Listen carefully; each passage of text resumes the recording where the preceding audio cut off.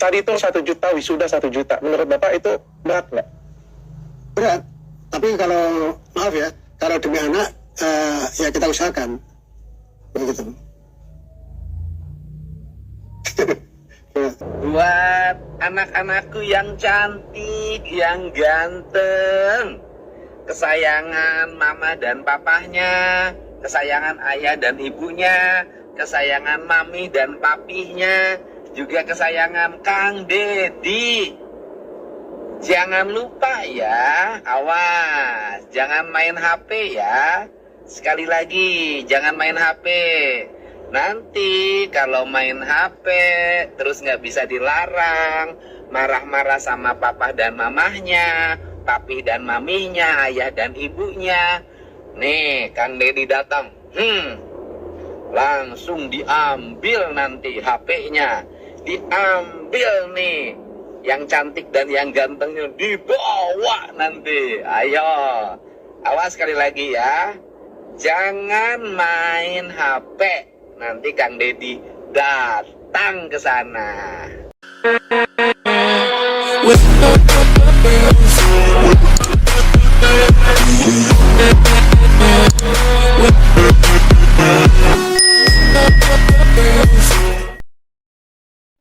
Assalamualaikum warahmatullahi wabarakatuh. Sampurasun Rampes. Bertemu lagi bersama channelnya Anang Pati. Seperti biasa kita akan membahas KDM ya, yang tidak pernah habis ya, sampai kita 7 turunan. Oke, di video kali ini kita akan membahas sebuah video tentang para elit ya, yang menolak kebijakan KDM. Ya, kita langsung lihat videonya seperti apa gitu ya. Soalnya saya juga greget. Oke, kita langsung aja cekidot. Bupati tadi menyampaikan, Bupati Purwakarta menyampaikan, mengapa ya saya rasanya mau menangis begitu. Dari awal ini seolah-olah anak-anak ini sudah mendapat diskriminasi. Dia mempunyai hak-hak yang harus kita berikan kepada mereka. Dia juga dilindungi dengan hak-hak perlindungan anak. Sehingga ide ini saya sangat berharap sebenarnya tunda dulu. Lakukan pengkajian secara mendalam, baru kemudian dieksekusi kalau memang secara kajian itu memungkinkan dan tidak akan berpengaruh besar ke depan. Oh ibu, rek naon ya teh? Orang-orang tua mereka aja semuanya pada setuju, pada senang anak-anaknya dimasukin, dididik di barak sana biar lebih disiplin. Yang di DPR, lembaga HAM-HAM, semuanya pada teriak-teriak, sok-sok nangis lagi gitu melihat anak-anak yang dididik mau jadi lebih baik gitu. Pikiran, gue nggak ngerti, pikiran mereka tuh kebalik nggak sih? Ngelihat hal yang positif, dilihatnya jadi kayak negatif gitu loh. Padahal rakyat menyambut dengan gembira, rakyat Jawa Barat menyambutnya itu dengan gembira. Tapi mereka malah nangis. Ini kayaknya gini deh siklusnya. Kalau pejabat seneng, rakyatnya yang menderita. Rakyatnya yang seneng, pejabat-pejabatnya yang pada nangis. Nggak suka rakyatnya tuh seneng. Itu para orang tuanya tuh seneng, Bu. Udah gedek banget Bu melihat anak-anaknya pada nakal. Kenapa kalian mau dilibatkan gitu? Kalian mau mendidik mereka? Dengan cara apa kalian mendidik mereka? Harus rapat-rapat dulu, harus ada dananya dulu, gitu ya. Harus rapat koordinasi dulu, direncanakan apa segala macam. Makanya tuh perusahaan-perusahaan luar negeri itu pada ngomong kayak gini, di Indonesia mah kebanyakan rapat, nggak ada guna. Kata orang Cina, neoyong, rapat koordinasi, rapat perencanaan, bla bla bla bla, nggak ada actionnya. Giliran action dulu, baru semuanya minta rapat. Harusnya dikoordinasikan dulu, harusnya gini. Apa lu mau dikoordinasikan Bu? Terutama ini yang lembaga HAM-HAM ini. Ada kasus viral kemarin masalah yang Taman Safari. Kemana lu? Kenapa nggak ikut nimbrung? Nggak ada duitnya ya? Nggak ada dananya? Udah coba koordinasiin aja sama Pak KDM gitu. Mau digimanain harusnya anak-anak yang nakal itu? Civic education yang kayak gimana? Yang kalian tawarin? Teori? Iya. Gimana kalau kita balikan aja? Jadi ibu komisi ini yang kita masukin ke barak, dididik, dilatih gitu. Sama yang komentar dari lembaga HAM-HAM katanya itu gimana kalau kalian aja nanti dilatih di barak ini? Biar lebih disiplin kerjanya.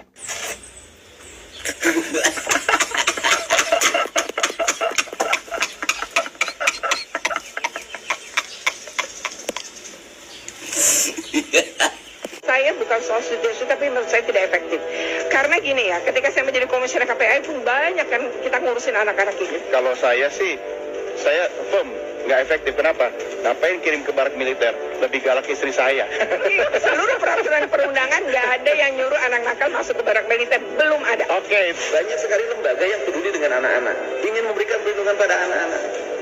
Mereka tidak melindungi anak-anak ketika anak di bawah umur naik motor. Mereka tidak melindungi anak-anak ketika anak-anak hari ini konsumsinya adalah minuman yang bergula.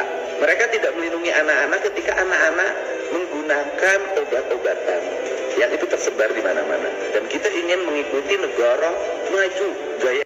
Tuh lihat, ini bagian mata loh padahal. Tuh lihat nih, ini matanya nih. Aduh, enak dia.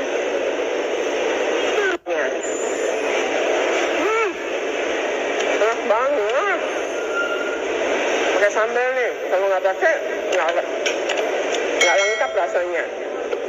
Ini gede banget ya. Tuh lihat, ini bagian mata loh padahal.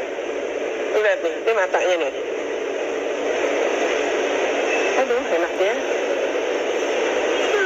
Tindak pidana dan apa sepakat. Kalau kan lebih mengarah kepada kriminal kalau saya menyimak ya. Nah sebenarnya saya sepakat gitu ya dengan tadi Ibu siapa ya yang dari DPR RI tadi ya, Bu Esti. Ya, itu sebenarnya dia menyatakan bahwa ada peraturan perundangan sebenarnya yang menangani anak-anak yang terkategori nakal. Oke. Nah, di dalam peraturan itu kan gini ya Mbak, ada yang pertama adalah perlindungan anak. Undang-Undang Perlindungan Anak itu menyebut di pasal 69 dan seterusnya bahwa ada perlindungan khusus anak. Nah, perlindungan khusus anak ini untuk anak-anak yang bermasalah tadi, seperti narkoba, melakukan tindak pidana, dan lain-lain itu sudah diatur. Dan bagaimana kemudian penanganannya pun diatur, termasuk ketika dia melakukan pidana di dalam Undang-Undang Sistem Peradilan Pidana Anak. Nah, artinya ini kan ada patokan perundangan gitu ya. Lalu saya ingin juga melihat Undang-Undang Sindikasi, kebetulan Hari Pendidikan Nasional, di dalam Undang-Undang Sekolah SMA 3 aja.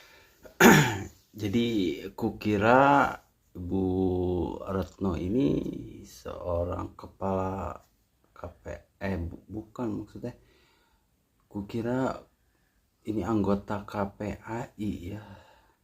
Ternyata mantan gitu ya. Bahkan dulu zamannya Ahok itu jadi kepala sekolah tapi dipecat gara-gara ya pendidikan dari si anak itu melapor gitu ya. Nah ini videonya ini gak tahu siapa, tapi dia membahas tentang Bu Retno ini. Kita akan lihat yuk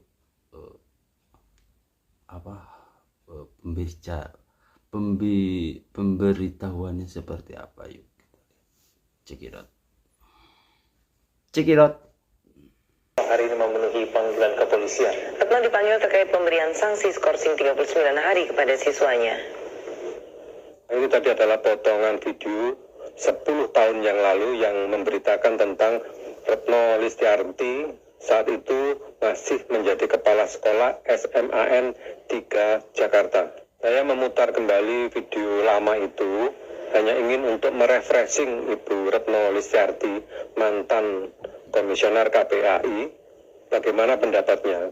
Ketika waktu itu Bu Retno Listiarti mengatasi anak-anak yang dianggap nakal dengan menskorsing, dengan memberikan hukuman tanpa arah dibandingkan dengan Pak Deddy Mulyadi yang kebijakannya mengajak atau memberikan kedisiplinan kepada anak-anak yang dianggap nakal dengan dititipkan kepada bapak-bapak TNI untuk dilatih menjadi yang lebih disiplin, tetapi untuk pelajaran dan lain sebagainya masih berjalan seperti biasa. Saya berharap keberadaan KPAI saat ini bisa memberikan kontribusi kepada khususnya anak-anak. Jangan dibiarkan banyak anak-anak ikut geng motor. Jangan dibiarkan anak-anak mencari uang ngamen di jalan-jalan, di stopan. itu adalah tugas kita bersama dan khususnya tugas KPAI. Demikian video ini, mudah-mudahan bisa memberikan manfaat dan masukan yang baik. Wallahul muwaffiq ila aqwamit thoriq. Wassalamualaikum warahmatullahi wabarakatuh. Malas sekolah. Nah, gitu dong. Ya, ini salah satunya efek Gubernur Deddy Mulyadi ya. Si bocah-bocah ini jadi takut gitu ya. Ini Bu, efeknya gitu. Apa sih yang para elit pikirkan gitu ya? Bisa-bisanya memikirkan ke kriminal lah, diskriminasi lah. Apa itu? Ini contoh nih Bu, ini contoh ya. Efek dari kebijakan Kang Deddy Mulyadi ini nih. Yuk kita akan lihat. Kita lihat Ibu, yuk. Simak baik-baik ya. Udah nggak mabar lagi. Tahu kan sekarang apa konsekuensinya kalau tawuran, malas sekolah, melawan orang tua, kebanyakan mabar. Tahu kan sekarang? Kenapa? Iya bang, takut dikirim ke barak militer. Tuh, sama siapa? Siapa nama Gubernur Jawa Barat? Kang Deddy Mulyadi. Mana HP-nya diumpetin kan nih? Enggak. Udah nggak bawa HP lagi nih? Nah gitu, jadi main-main aja udah, nggak usah pegang HP, bawa HP, mabar jangan, oke? Oke. Mantap, semangat. Pak, saya pengen tanya Pak, Bapak kerjanya apa Pak? Saya tidak usaha. Tidak usaha. Iya. Usaha apa? Nah, ada berita viral lagi nih. Si Aur-Auran ini diundanglah ke podcastnya Dr. Richard ya. Ya, Dr. Richard tahu sendiri ya pembahasannya itu seperti apa gitu ya, dengan logikanya itu seperti apa gitu. Jadi dipancing terus sama Dr. Richard Lee ini ya, seolah-olah si Aura dan bapaknya itu benar gitu ya. Padahal kalau disaksikan, waduh ini udah salah besar ini ya. Gak tahu diri gitu ya. Jadi susah. Kita akan lihat yuk cuplikannya seperti apa. Semakin ini ada perubahan untuk usaha. Dan sekarang kita sebagai supplier botol. Supplier botol. Botol kaca. Botol kaca, Ya. oke. Pak, kalau boleh saya tahu Pak, lain saja Pak, penghasilan Bapak berapa sih Pak kalau misalnya selama tinggal di situ Pak? Enggak mesti ya, jadi hanya menyesuaikan kebutuhan saja. Jadi kalau berapa itu kita nggak pasti lah. Perkiraan aja Pak, range 10 juta dapat Pak? Nggak ada Pak, jauh. 5 juta? Nggak ada. 5 juta nggak dapat Pak? Nggak Satu ada. bulan 5 juta nggak dapat? Nggak ada. Oke. Ya. 4 juta? Ya mungkin sekitar segitu. Cukup nggak Pak untuk satu keluarga? Cukup nggak cukup ya harus dicukupkan. Iya, Dengan kehidupan keluarga Bapak, angka seperti itu masih bisa nabung nggak? nggak bisa. Habis setiap bulan Pak? Habis. Istri kerja apa Pak? Enggak. Istri kerja apa? Ibu Rumah tangga. Anak Anak yang paling gede ini.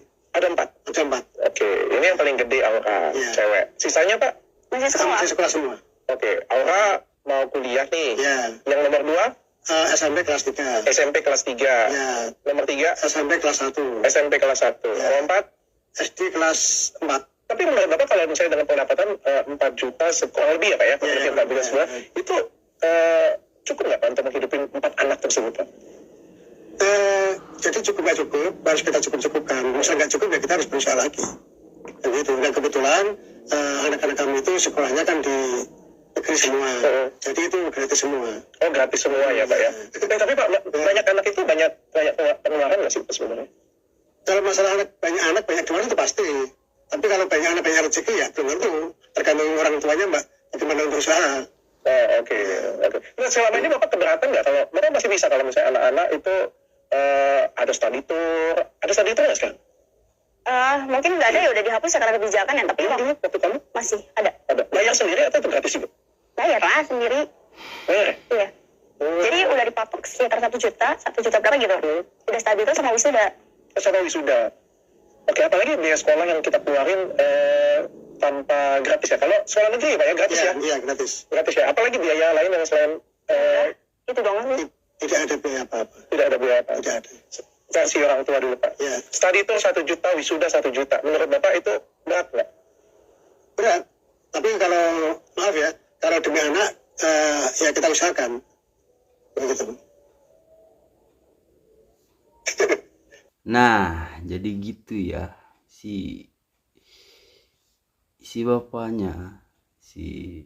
Bapaknya Aura ini tidak tahu diri gitu ya. Seolah-olah benar gitu ya. Demi anak. Aduh, Bapak ini gimana sih pemikirannya tuh? Daripada buat nempatin tempat tinggal demi anak gitu, rela di kolong jembatan gitu Pak. Aduh, saya kurang paham Pak, maksudnya apa sampai dokter Richard Lee itu bengong gitu ya. Gitu. Cara berpikirnya itu aduh. Yuk kita lanjut. Terus kalau ada biaya perpisahan harus bayar berapa? Waktu itu sih sekitar 1 juta doang Pak. 1 juta doang. Iya. 1 juta doang. Anak sekecil itu bilang 1 juta doang. Gue heran dah sama anak zaman sekarang. Ada ngegampangin uang 1 juta doang.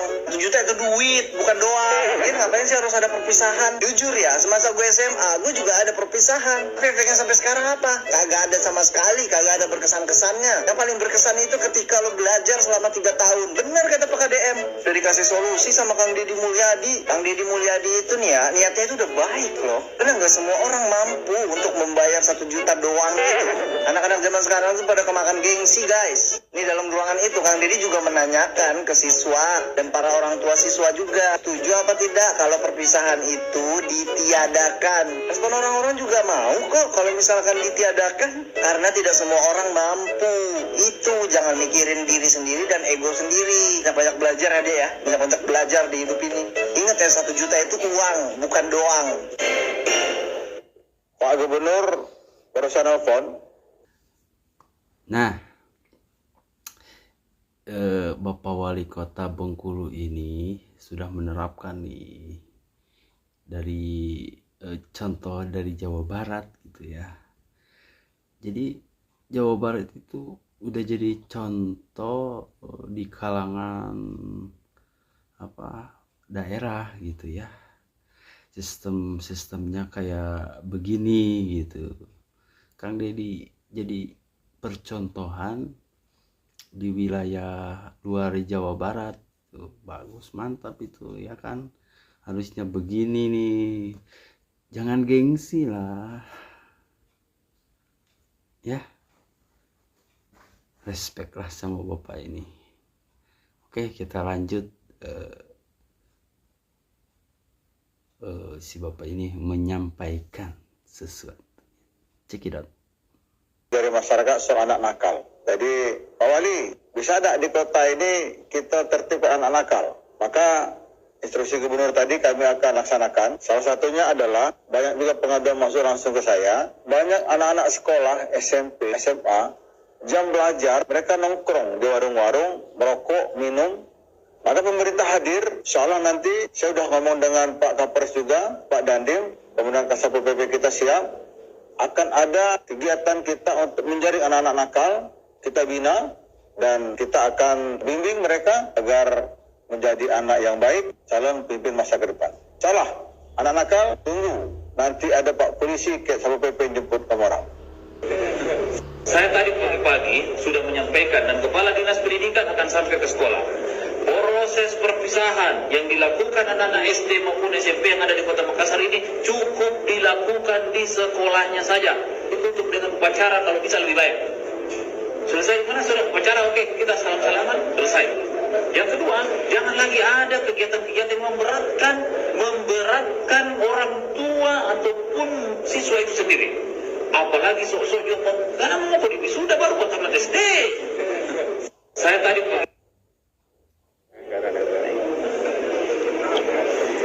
Ya, saya MYST Wijayati, anggota Komisi 8, baru 1,5 tahun. Sebelumnya di Komisi 10, 7 tahun. Sejak di Komisi 10, saya salah satu yang selalu mencari hasil kajian dari Pusat Kajian Anggaran DPR RI.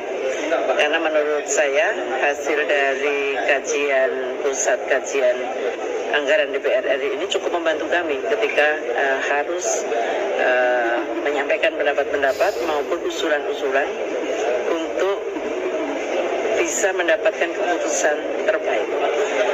Termasuk juga dari PKA ini ada referensi-referensi meskipun tidak sepenuhnya kami terima begitu saja lalu kami sampaikan, ada beberapa yang tentu ada perlu kami kaji juga lebih mendalam. Tetapi intinya dari PKA cukup membantu dan menurut saya ke depan bisa lebih dikuatkan untuk lebih dalam analisis kajiannya. Kajian. Ayo, terus dikaji. Aduh, kapan Indonesia ini maju? Harus dikaji ulang. Ujung-ujungnya anggaran, duit miliaran. Malah tambah down Indonesia itu ya. Ini contoh dari pejabat publik ya. Aduh, kacau. Next. Iya, ada apa itu? Pak, menurut Bapak, sebenarnya apa sih permasalahan hancurnya pendidikan di Indonesia ini? mau menelusuri apa penyebab hancurnya pendidikan Indonesia. Yang pertama kali itu sebenarnya awal muasalnya itu ketika politikus-politikus itu bicara tentang sekolah gratis. Padahal sebenarnya tidak gratis. Kenapa? Yang dialokasikan tidak sesuai untuk membuat sekolah itu bagus. Tidak mungkin dengan dana segitu bisa membuat sekolah itu bagus. Yang kedua, munculnya Komnas HAM, perlindungan anak dan segala macam, sehingga ketika ada guru mendisiplinkan siswa, yang terjadi adalah guru-guru dilaporkan ke polisi, sehingga banyak guru ya udah akhirnya ambil aman, tidak peduli, silahkan Anda melakukan apa yang mau Anda. Yang ketiga, gonta-ganti kurikulum nggak jelas, belum lagi dilaksanakan, belum lagi dilihat hasil, sudah ganti dengan alasan ngikutin perkembangan zaman. Apanya yang diikutin? Tidak ada teknologinya di sekolah disediakan dari SD, SMP, SMA itu, tetapi alasannya mengikuti perkembangan zaman. Ambruk sudah pendidikan Indonesia gara-gara itu. Saya rasa itu yang bisa saya sebutkan. Terima kasih. Adukan Gubernur Jawa Barat Pak Deddy Mulyadi terkait dengan kebijakan beliau yang memasukkan siswa dengan ini nih salah satu contoh orang apa disebutnya ya, kalau tolol itu terlalu kasar ya, semacam itulah. Masyarakat itu udah mendukung ya penuh tentang kebijakan barak militer ini supaya anak itu disiplin gitu. Si bapak ini malah melaporkan. Aduh. Pak, kan udah Menteri HAM-nya kan udah setuju gitu kan. Ngapain harus dilaporkan ke Komnas HAM? Aduh. Yuk kita lanjut. masukkan ke barak dan dikutip oleh militer. Nah, saya selaku orang tua murid di Jawa Barat tidak setuju dengan kebijakan ini. saya ingin kebijakan itu dihentikan karena kami menilai kebijakan ini syarat dengan dugaan pelanggaran hak asasi manusia. Nah, yang pertama alasan. Jadi gini ya, yang terkait dengan kebijakan Gubernur Jawa Barat yang mau bukan mengirim ya, mau mendidik ya, mau mendidik anak-anak nakal di barak tentara. Dalam perspektif HAM, saya pertegaskan tidak melanggar HAM. Ya, karena apa? Kalau itu tidak dilakukan yang disebut corporal punishment. Corporal punishment itu adalah sebuah hukuman fisik yang selama ini sudah ribuan tahun berlangsung, di mana ada pendidiknya memberi hukuman kepada yang dididik dengan cara yang agak sedikit bertentangan dengan prinsip. Misalnya cubit telinganya, dipukul tangannya supaya dia disiplinnya. Sepanjang tidak melakukan corporal punishment yang zaman dulu di sekolah kami yang sudah senior ini, kalau guru mau didik kami kan cubit telinga, dia pukul ya, atau pukul kakinya supaya kami disiplin atau supaya kami robah. Itu namanya corporal punishment. Boleh lihat di Google supaya lebih jelas. Kalau itu menurut saya, keyakinan saya di Jawa Barat itu bukan corporal punishment, tapi mereka mau dididik mental, karakter, dan disiplin dan tanggung jawab. Kalau pendidikan yang berorientasi pada pembentukan disiplin, pembentukan mental, pembentukan karakter, dan pembentukan tanggung jawab. Terima kasih Pak Menteri. Assalamualaikum warahmatullahi wabarakatuh. Sampurasun. Kami menyampaikan bahwa ada problematika dalam spirit kebangsaan kita, yaitu membangun narasi agar anak-anak muda Indonesia, khususnya anak-anak di Provinsi Jawa Barat yang sedang menekuni jenjang pendidikan SMP dan SMA serta sederajat atau sanawiyah dan madrasah aliyah, yaitu pola pendidikan karakter melalui peningkatan kualitas disiplin hidup dan perubahan pola hidup. Nah, prinsip perubahan pola hidup itu apa sih yang terjadi? Yang terjadi pada anak-anak di Jawa Barat itu pola hidupnya adalah mereka rata-rata tidurnya jam 4 pagi. Karena waktunya dihabiskan untuk main game online. Kemudian berdampak pada mereka tidak bersekolah. Selain berdampak tidak bersekolah, mereka sering terorganisir dan secara sistemik melalui kekuatan media sosial, melakukan pertarungan-pertarungan secara terbuka dan tertutup, melahirkan banyak orang yang terluka, bahkan banyak orang yang meninggal. Kemudian yang berikutnya adalah beredarnya obat-obat yang tidak layak dikonsumsi dari sisi kesehatan, yang dijual secara terbuka sebenarnya, berharga di bawah Rp10.000 dengan 3 butir, istilahnya eksimer dan sejenisnya, serta minuman-minuman yang beredar secara luas yang bisa diakses oleh anak-anak SMP. Nah, ini adalah problem yang harus segera diselesaikan. Nah, problem itu ternyata tidak bisa diselesaikan di internal sekolah melalui pendekatan bimbingan konseling. Dan problem itu juga tidak bisa diselesaikan di internal keluarga oleh ayah dan ibunya. Nah, karena problem ini tidak bisa diselesaikan di sekolah dan di keluarga, serta tidak semua problem itu bisa ditangani lewat peradilan anak, maka harus ada upaya jangka pendek yang bisa dilakukan melalui pola pendidikan disiplin siswa. Dalam kaidah bahasa saya adalah pendidikan bela negara dengan penguatan pendidikan berkarakter. Maka kami menggandeng lembaga TNI, karena TNI memiliki pengalaman dalam melakukan pola pendidikan, baik untuk kalangan militer maupun kalangan sipil. Di kalangan sipil dikenal namanya prajabatan.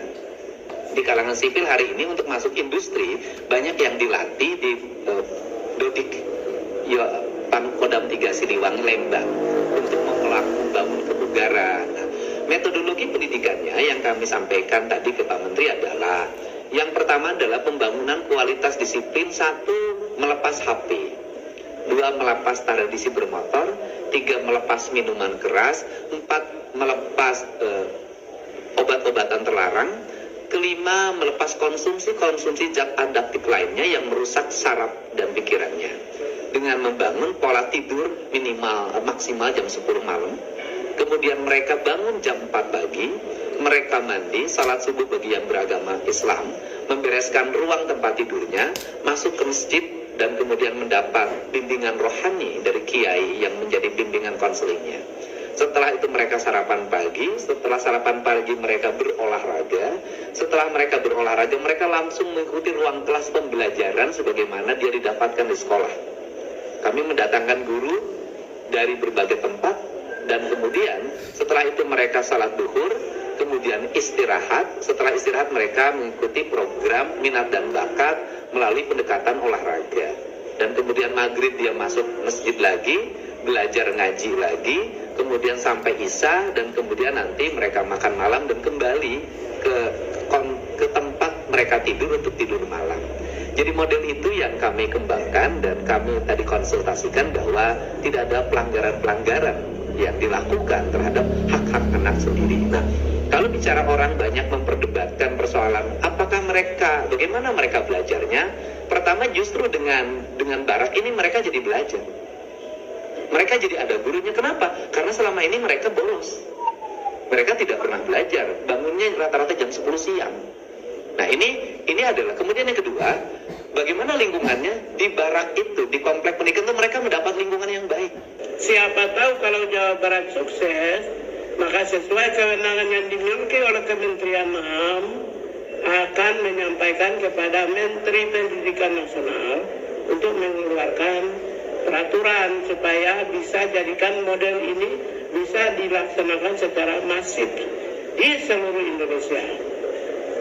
Masif di seluruh Indonesia. Komnas HAM sebut TNI tak berwenang didik sipil, minta program Deddy Mulyadi dievaluasi. Anu perlu dievaluasi mah kamunya Komnas HAM, sekalian ejeng Komnas Perlindungan Anak. Kamarana maneh di saat budak sekolah talawuran, jadi geng-gengan.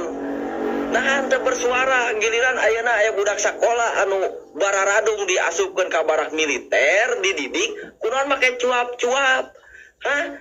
Jeung deui jika saya boleh berpendapatnya, sepertinya Indonesia teh terjebak dalam HAM yang kebablasan. Koreksi jika salah, sampai dah. Nah, jadi seperti itu ya pembahasan kali ini. Semoga wawasan kita lebih meluas lagi gitu ya. Kedisiplinan kita lebih meningkat lagi gitu ya. Terima kasih semuanya yang udah menonton dari awal sampai akhir. Semoga videonya bermanfaat. Yang udah like dan subscribe mudah-mudahan diberkahi, dipanjangkan umurnya,